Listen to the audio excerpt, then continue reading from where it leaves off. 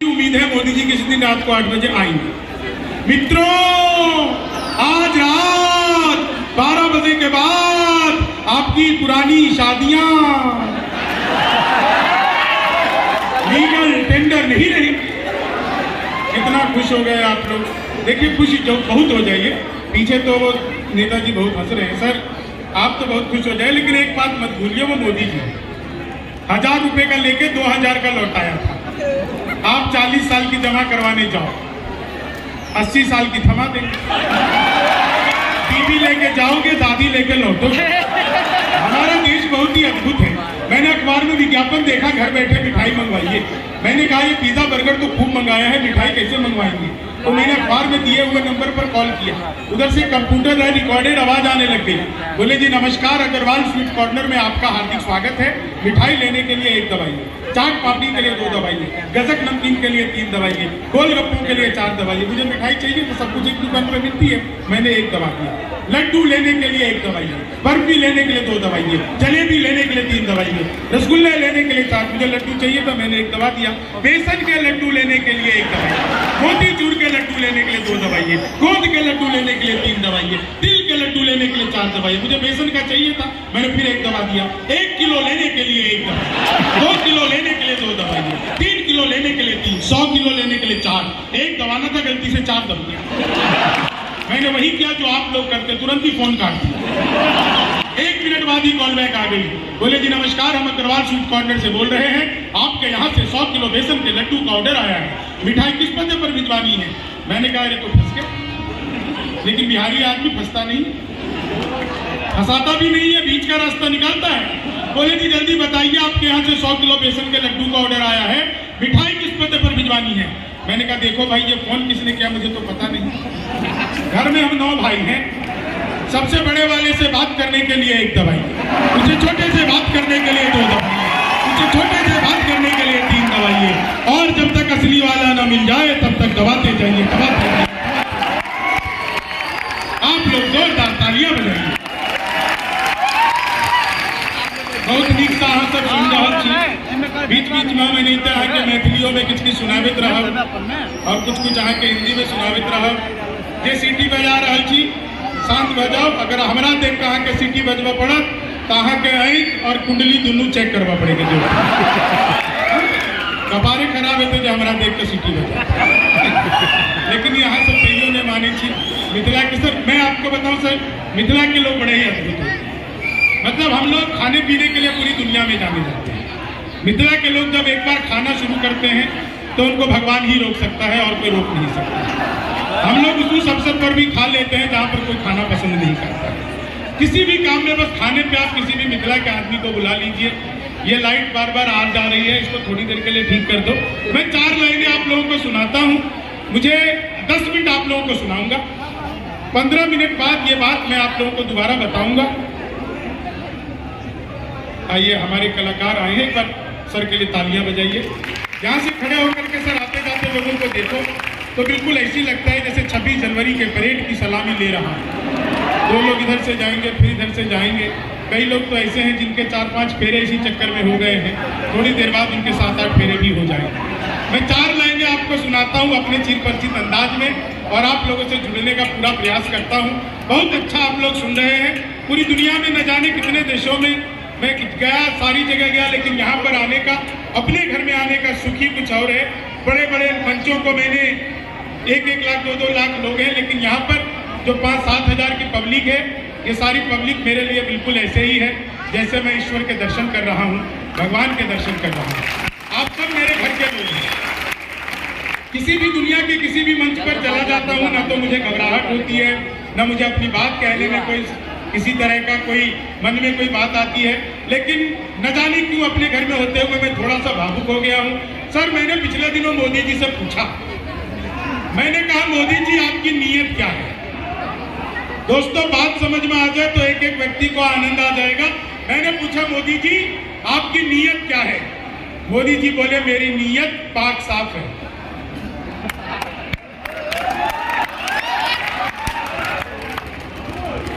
पिछले दिनों चीते भारत आए थे तो मैंने चीते से भी पूछा, मैंने कहा तुम भारत आ रहे, तुम्हें यहाँ आते हुए डर नहीं लग रहा? बोला नहीं, हम वहीं से बीजेपी ज्वाइन करके आए हैं।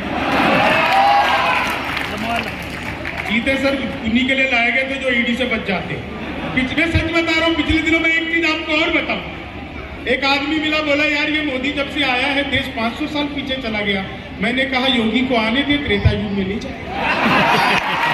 सबका मामला अद्भुत है। मैं तो एक टीवी शो आता है लपेटे में नेताजी, आप लोग हर हफ्ते मुझे उसमें देखते होंगे, जिसमें सामने नेता बैठे रहते हैं और उनको लपेटने के लिए हम लोग बैठे रहते हैं। तो कांग्रेस के लोग आए हुए थे, उन्होंने उत्तर प्रदेश के चुनाव में कहा कि प्रियंका गांधी को लॉन्च करके कहा प्रियंका हमारा पुरुष का इक्का है। तो मैंने पूछा तो अब तक क्यों जोकर से खेल रहे हो? तभी इक्के से ही खेल लेते। लेकिन सर अपना मामला कमाल है।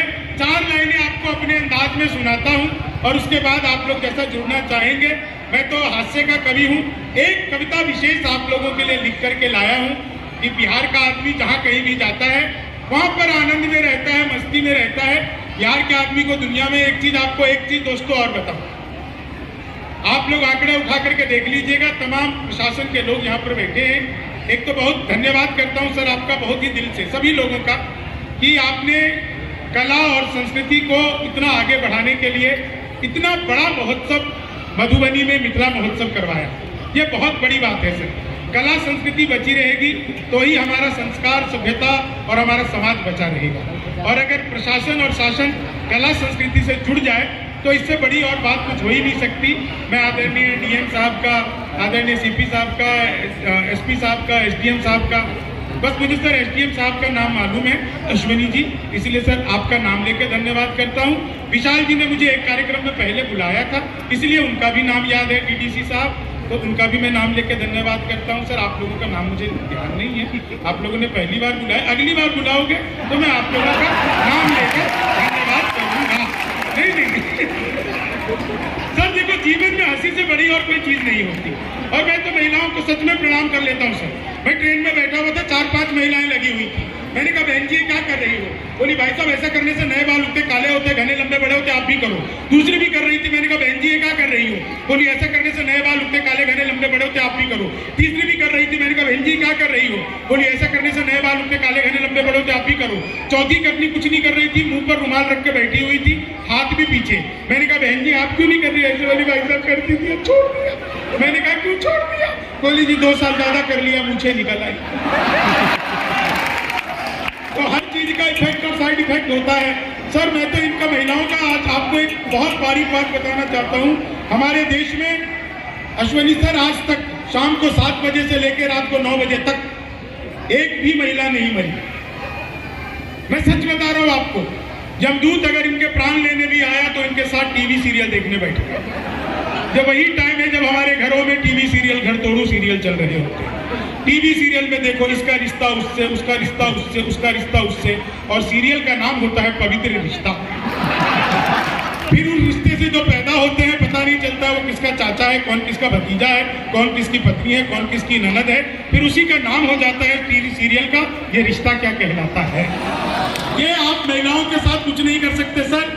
ये देख करके ही उठेंगी दिया और बाती, भले ही भूखा मर जाए जीवन साथी। महिलाओं को आप 8 बजे के बाद, मैंने तो अपनी पत्नी से कहा टीवी चैनल मतलब मुझे रिमोट दे दो, मेरे को देखना है, ठीक दूसरा चैनल देखना है। बोले क्या देखना है?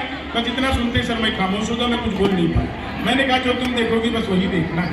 इसके साथ मोबाइल लेना सर बड़ी कठिन काम है। मैं 4 लाइनें आपको अपने हिसाब से सुनाता हूँ। एक तो सर यहाँ पे मैं पुलिस की वर्दी में भी कुछ लोगों को देख रहा हूँ। सर पुलिस को तो मैं बहुत दूर से प्रणाम करता हूँ। नहीं आप लोग हंसिए नहीं, मैं सच्ची में प्रणाम करता हूँ। मैं सर अभी दिल्ली में मैंने नई मोटरसाइकिल ली। मैं घर से बाहर निकला तो पहले चौराहे पर पुलिस ने पकड़ लिया। मैंने कहा क्या हुआ भाई? नई मोटरसाइकिल है, मेरे पास लाइसेंस पहले से था, नहीं होगी तो इंश्योरेंस भी होगा ही, कागज भी है ही, क्या बात हो गई? बोले कि तुमने हेलमेट नहीं पहन रखा। मैंने कहा अरे सर गलती हो गई। बोले गलती कुछ नहीं, चालान कटेगा। मैंने कहा कितने का? बोले 500 रुपये का। मैंने कहा यार कभी आदमी 500 रुपये कहाँ से लाऊंगा? 150 रुपये में बात बनती हो तो बात करो। बोले ठीक है 100 रुपये दे। मैंने सर उसको 100 रुपये दिए। बोले यहाँ क्यों खड़ा, आगे जा। मैंने कहा अच्छा इतना भी बिहारी नहीं हूँ मैं, अगले चौराहे पे दूसरा पुलिस वाला मिल जाएगा तो। बोला उसे कह देना लिमका। मैं गया सर, अगले चौराहे पे पुलिस ने पकड़ा, मैंने कहा लिमका। बोले निकल जा। अगले चौराहे पर फिर पुलिस ने पकड़ा, मैंने कहा लिमका, बोले जाओ। अगले दिन सर मैं जानबूझकर हेलमेट छोड़कर आया। अब अपने पास लिमका थी, पहले ही चौराहे पर पुलिस ने पकड़ लिया। मैंने कहा लिमका, बोले बेटा साइड से इधर आजा, दोबारा चालान कटेगा, आज का कोको कोला था। हमारे बीच में मैथिली ठाकुर जी आ चुकी हैं, एक बार जोरदार तालियां मिथिला के नाम को पूरी दुनिया में जिस तरीके से इन्होंने स्थापित किया है। आप लोगों की तालियां कमजोर है, एक बार आशीर्वाद की तालियां बजाइए। यह हमारी मिथिला की बेटी है जिन्होंने पूरी दुनिया को सर आज केवल बिहार ही नहीं बल्कि भारत और भारत के बाहर भी जिन्होंने मिथिला की लोक संस्कृति को अपनी आवाज देकर भारत के नाम को रोशन किया है, बिहार के नाम को रोशन किया है, मिथिला के नाम को रोशन किया है। एक बार आप लोगों ने, मैं सच कह रहा हूं, एक बार जरा भरपूर तालियां उनके स्वागत में बजाइए। वो टीवी में होती है, वो सुन रही है। मेरा भी सौभाग्य है, मेरे कार्यक्रम के बाद उनका कार्यक्रम होगा। मेरा क्रियाक्रम बस थोड़ी देर में खत्म हो जाएगा सर। मैं सच बता रहा हूँ, मैं 10 मिनट आपको सुनाऊंगा, 15 मिनट बाद मैं ये बात आपको दोहराऊंगा और आधे घंटे बाद मैं अपना कार्यक्रम खत्म करूंगा। तो अपना तो मामला अद्भुत है। 4 लाइनें हास्य की सुनाता हूँ, आप सब बहुत ही अद्भुत लोग हैं। 4 लाइनें सुनिएगा अपने अंदाज में, जो मैं अक्सर टीवी चैनलों पर सुनाता हूँ, तो मैं आपको बता रहा था, सुनिएगा। आप लोगों में से कितने लोग रील्स बनाते हैं? सब बनाते हैं, और कोई काम नहीं है। देखते तो सब है, रील सब बनाते। अब इन 4 लाइनों का मजा लीजिए। विशाल से बिल्कुल नई लाइन है, आपके लिए नहीं है। सर मैं आया तो विशाल सर बोले देखो पिछली बार मेरे ऊपर आपने बहुत सारा प्रहार कर दिया था, इस बार कुछ मत सुनाइए। मैंने कहा सर इस बार मेरा चेक अभी तक मिला नहीं है, इसलिए आप चिंता मत करिए, आपके ऊपर मैं कुछ नहीं सुनाऊंगा। तो इस बार सर मेरा चेक अभी मिला नहीं, इसलिए आपको मैं कुछ नहीं सुनाऊंगा, आप निश्चिंत रहिए। आप 4 लाइन सुनिएगा रील्स बनाने वालों के लिए। लेनी थी जीत हमने मगर मात ले लिए, लेनी थी जीत हमने मगर मात ले लिए, कितने हसीन देखिए जज्बात ले लिए, दूल्हा बेचारा रील बनाने में रह गया, दुल्हन ने फेरे पंडित जी के साथ ले लिए, दुल्हन ने फेरे पंडित जी के साथ ले लिए। 4 लाइन और सुनिएगा, धीरे धीरे आप लोग इसी रंग में रंग जाएंगे।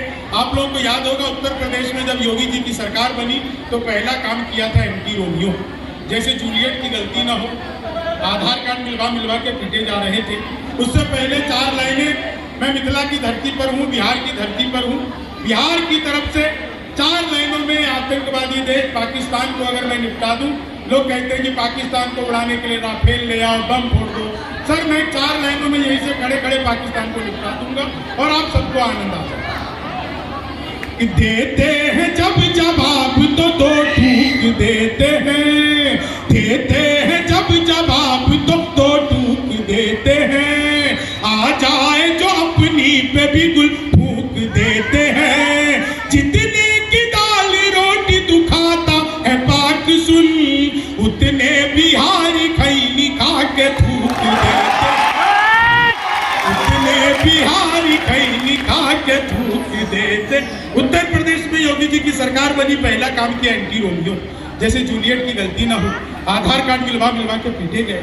मैंने 4 लाइनें लिखी कि जुल्फों में उंगलियों को फिराने नहीं देते, जुल्फों में उंगलियों को फिराने नहीं देते, कलियों के पास भंवरे को जाने नहीं देते, इतनी सी शिकायत है हमें योगी आपसे, खुद से न पटी हमको पटाने, खुद से न पटी हमको, तुम तोड़ो वादा और हम निभाते रहेंगे, नाराजगी ऐसे भी हम जताते रहेंगे, जब तक नहीं आते हैं 15 लाख खाते में, तब तक तुम्हें मोदी जी हम जिताते रहेंगे।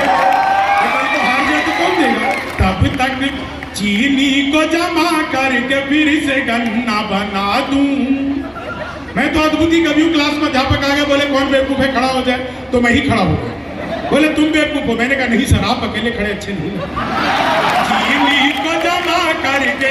संस्कृत का अध्यापक आ गए, बोले तमसो माँ ज्योतिर्गमया, इसका हिंदी में अनुवाद करो। मैंने किया, माँ तू सो जा, मैं ज्योति के पास जा रहा हूँ। चीनी को जमा करके। हिंदी के अध्यापक आए, बोले राहुल गांधी देश के प्रधानमंत्री बनेंगे, इसमें कौन सा अलंकार है? मैंने कहा जी असंभव अलंकार है। चीनी को जमा करके फिर से मोदी जी चले गए थे नासा, वैज्ञानिकों ने 2 मिसाइल दी, मोदी जी ने पूछा मैं क्या करूंगा? वैज्ञानिक बोले सर आपको तो आदत है, फेंक देना।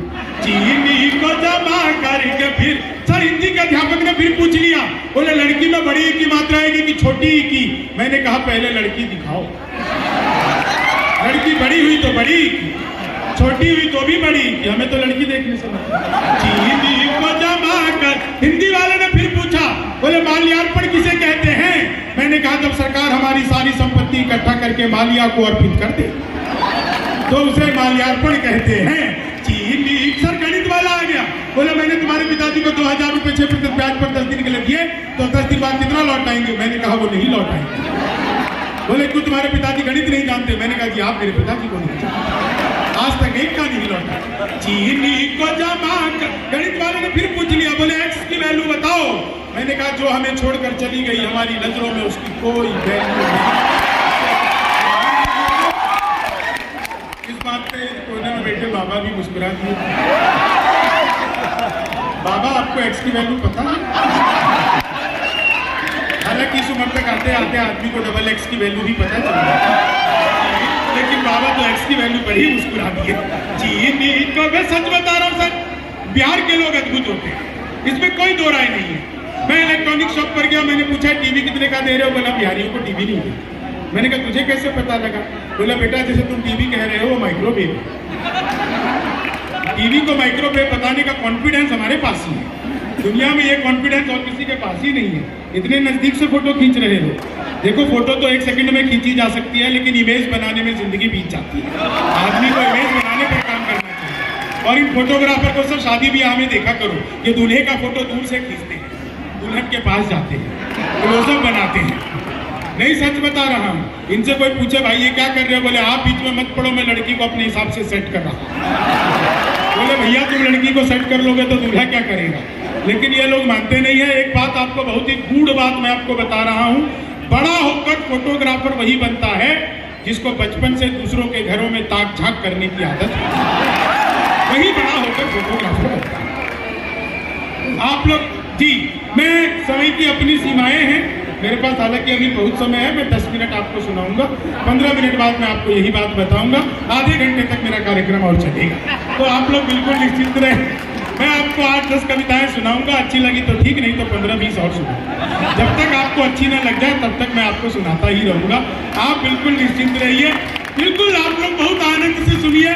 चीनी को जब, सर मैं सच बता रहा हूँ, मेरे पड़ोस में एक लड़की रोज नागिन डांस करती थी।